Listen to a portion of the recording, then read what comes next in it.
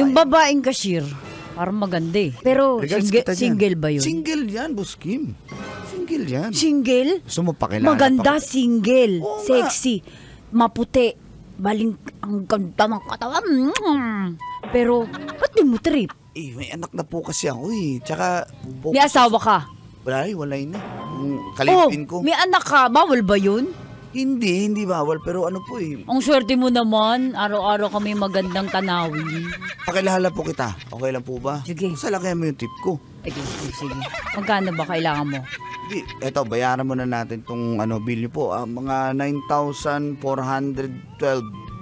Pero ano na lang po. 10.5 sa'yo yung sukle. Talaga po? Yan mo na ako. Dali naman po, nakakahiya naman. Miss Sandra. Emil, may pawis ka, punasan kita.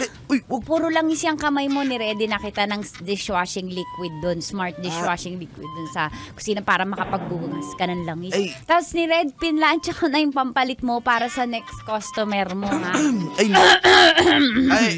Miss Ako Sandra. nga pala si Kim. Ayan, si Kim. Tomboy man sa inyong paningin, may lawit pa rin.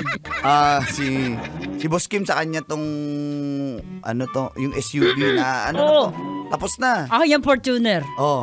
Okay yan. Tapos, tsaka Miss Sandra, ganda mo. Sandra, sumasakay ka ba ng Nissan Patrol? May Montero din ako sa bahay, ba't di ko alam?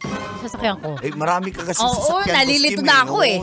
Di ko diba ang araw sa isang linggo, 7 days lang? Opo. Sa akin 8 eh, kaya hindi ko mapagkasya yung yung sasakyan ko hindi ko mapagkasya kung ano. Kaya ready kita, nakasakay ka na ba sa mga SUV?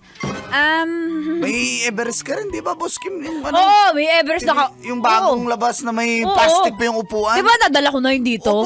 Opo. Pina-PMS mo agad, wala pa. 10 pala yung takbo. Nakasakay ka na ba sa mga ganon, Miss?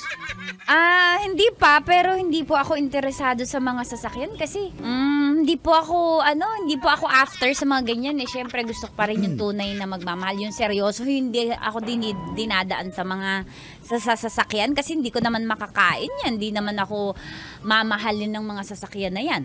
Bro Emil, kala ko lalakad mo ko. Ba't ako nagsasalita dito? Ito, bayaran mo muna, baka makalimutan. Magkano ba? Kale, 9,400. 13,000. Sobra-sobra po yan, boss. 300 sa'yo, Emil.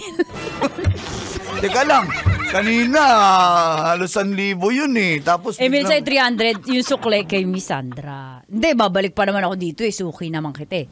Kay Miss Sandra muna kasi, Sandra, ayokong nahihirapan ka sa gastusin mo. Hindi, bigay niyo na lang po kay Emil kasi may anak po yan eh, mas kailangan niya po ng mga panggastos niya. Emil, kain ka na, bayad na si Miss Kim. Paano bahala dyan? Huwag mo munang biglain ngayon kasi...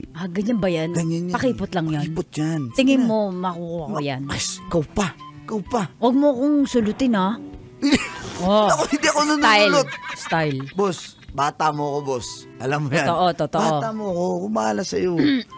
Sige po. Pwede na po kayong umalis. Nagmamadali ka ba? Opo, kasi may next customer pa po kami mag-change oil. Ano bahala? Ingat. Okay, ingat ha. Ay, Miss Sandra.